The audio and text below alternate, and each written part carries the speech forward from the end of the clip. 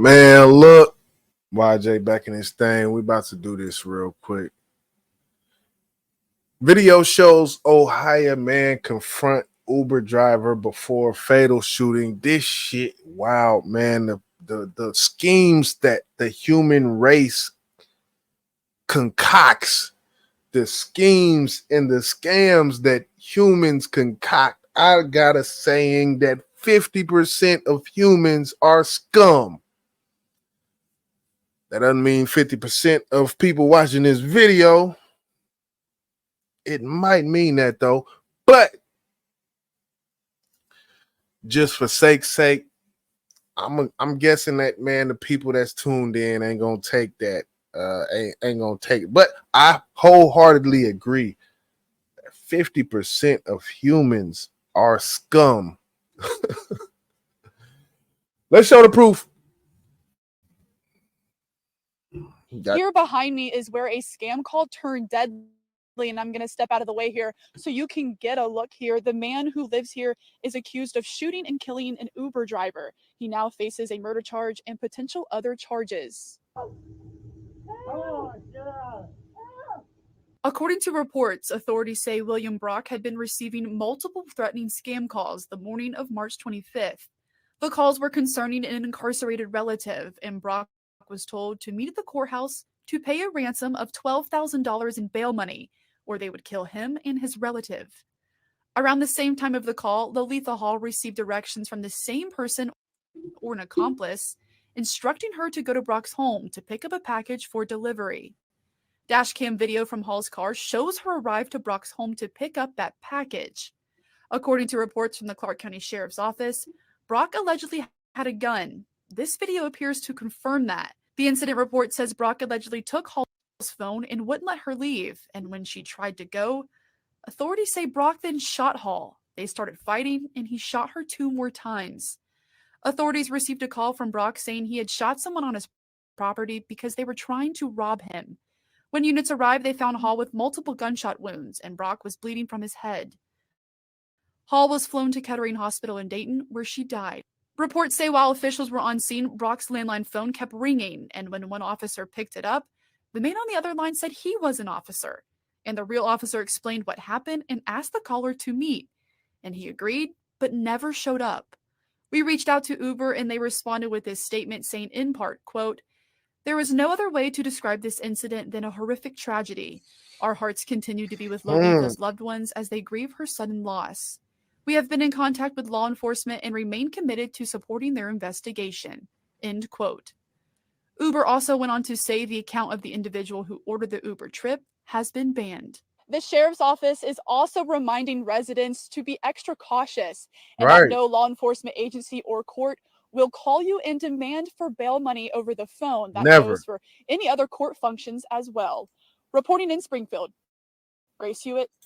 That will never happen. Ever. See the thing, man, when it comes down to it, man, hold on. The fact that this person had the wherewithal to be in contact with this person, contact with the victim who was shot. This person had to have been watching some episodes of Saw or some of the Saw movies. This is like some clear, concise manipulation, playing games with people's lives. Wow. Now, what the young lady said on the clip when it comes to, you'll never hear any official of any sorts from, the state, employed by the state, talking about some bail money, $12,000. So this said person who did this was their goal. This was their goal, to create this confrontation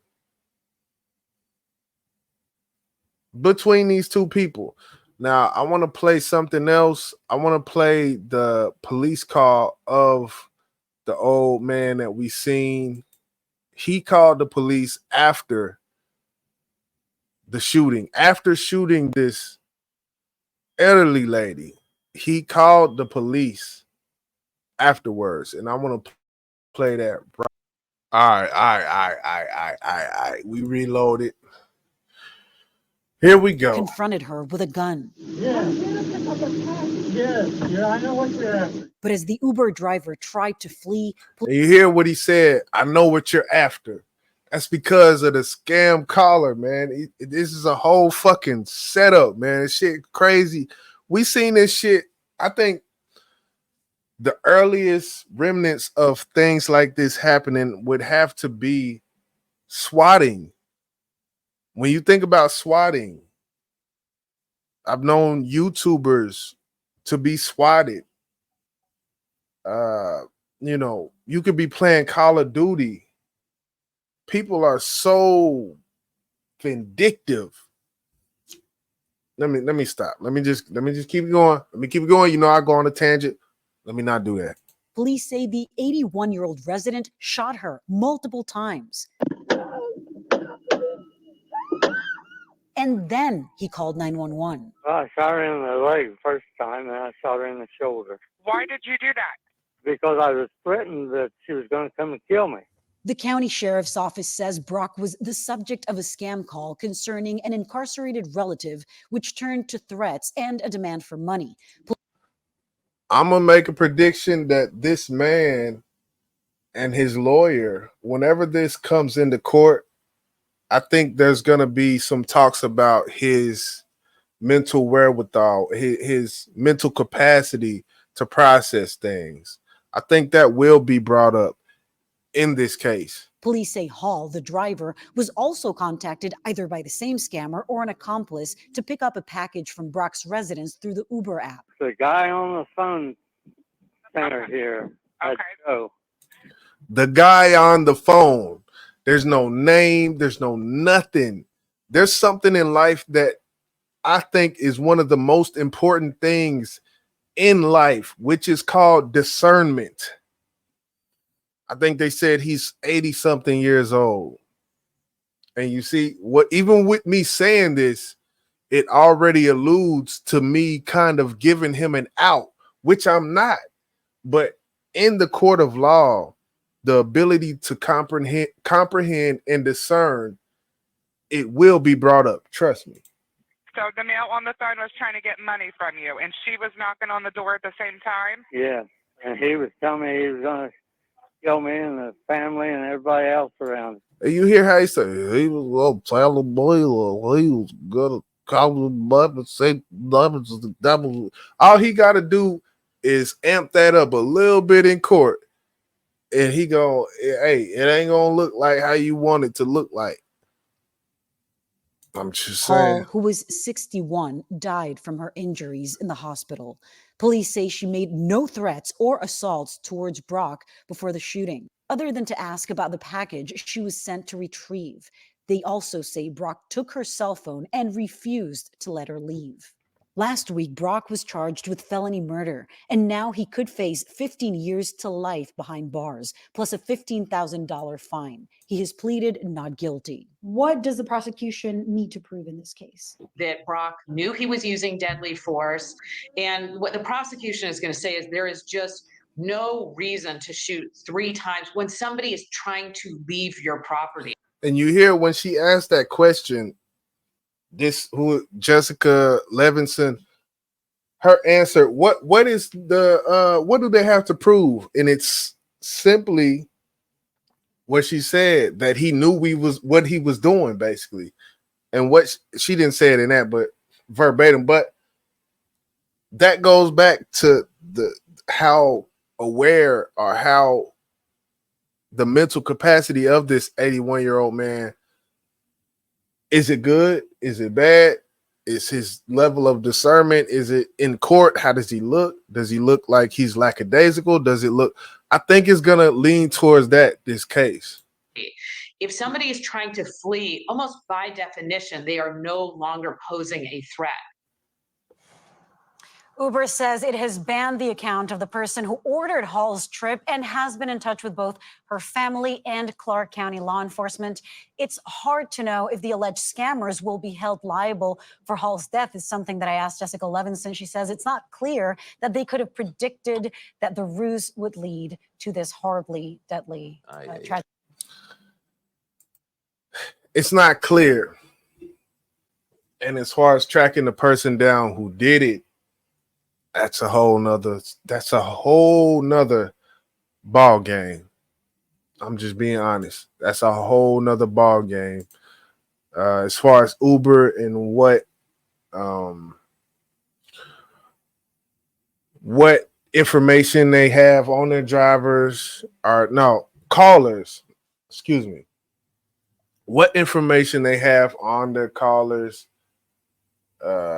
drivers, all of that. It's like, IP addresses, they don't show your address.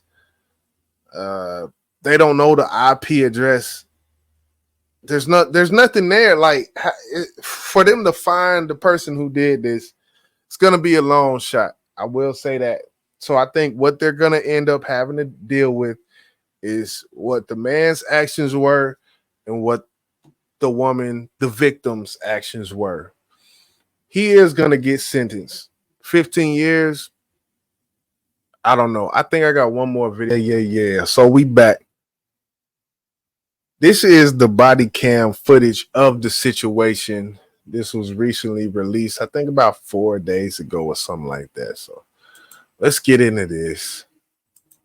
And was requested to pick up a package from Brock's house. It's all happened in Dayton, Ohio. Sure, see you guys out here because I've been on this phone for a couple hours with this guy trying to save me. Had a nephew in jail that had a wreck in Charleston and just kept hanging on and needing bond money, and this woman was supposed to. Yeah, figured it. All right, I kept getting different names and different stories out of him. This body camera footage from March 25th showing the chaotic moments after an 81-year-old man shot a woman he thought was trying to scam him. The homeowner, 81-year-old William Brock, telling deputies he had been getting phone calls all day from a scammer saying that one of Brock's relatives needed help. Brock told deputies the scammer also told him a woman was coming to his house to get money from him. However, the woman who showed up was actually an Uber driver who was also a victim of the scam. This video was from her dash cam that was rolling when Brock confronted her at gunpoint. Family and everybody else around. In a crazy turn of events, the Clark County Sheriff's Office was able to get that scammer on the line. The conversation picked up on body cam. May I ask who I'm talking to? Yeah, this is the officer speaking. Okay, what officer? Yes. No, I need to know what officer, sir. You're going to be in trouble. Okay. Let me ask you this. The female you sent over here, you know who she is? Yes, I do. According to the police report, one Clark County Sheriff's Office deputy ran that scammer's phone number, and it came back to Bell Mobility in Canada. That homeowner, William Brock, has been charged with Canada. You're going to be in trouble. Okay. Let me ask you this. The female you sent over here, you know who she is? Yes, I do. Okay. Well, she's been in an accident. And this is actually an officer. It's Detective Cruz with the Clark County Sheriff's Office. I need you to dial a number, get this number so I can explain more to you. Hello? Hello? If you'd like to make a call, please hang. Well, they know that she's been in an accident. Yeah. Hung up. The scammers haven't been caught. William Brock's been charged. He's locked up. He's in big trouble. This poor woman, 61 years old, Lolita, just trying to make a living, just trying to make ends meet, trying to get away. But Brock did not understand what was going on. You hear that? You hear that? I went to this because I was trying to find the full footage of it. And if I had some more time, I probably could, but it's not as easy as most footage. Usually, when some body cam footage comes out, it's very easy to find. Uh, and I'm sure if I did a little more digging, I maybe could find the full thing. But if I do find it, I might tap back in with a video. But you hear what he said. He said William Brock did not understand. You know, this is Court TV, the analyst from Court TV who says this. He's not a juror, but what that does is it plants that narrative that he didn't know what he was doing. He didn't know fully. How could he have known? This is an 81-year-old man. This man is, so we shall see what happens, what comes about from this. I might play a little more of this. She begged for her life, and he took it. But the scammers haven't been caught. They need to be held responsible for what happened. So, yeah, man. That's about it. YJ, I just wanted to come up here and touch on something that I thought was interesting, like I always do. Bank Music Group, YJ. I'm out, man.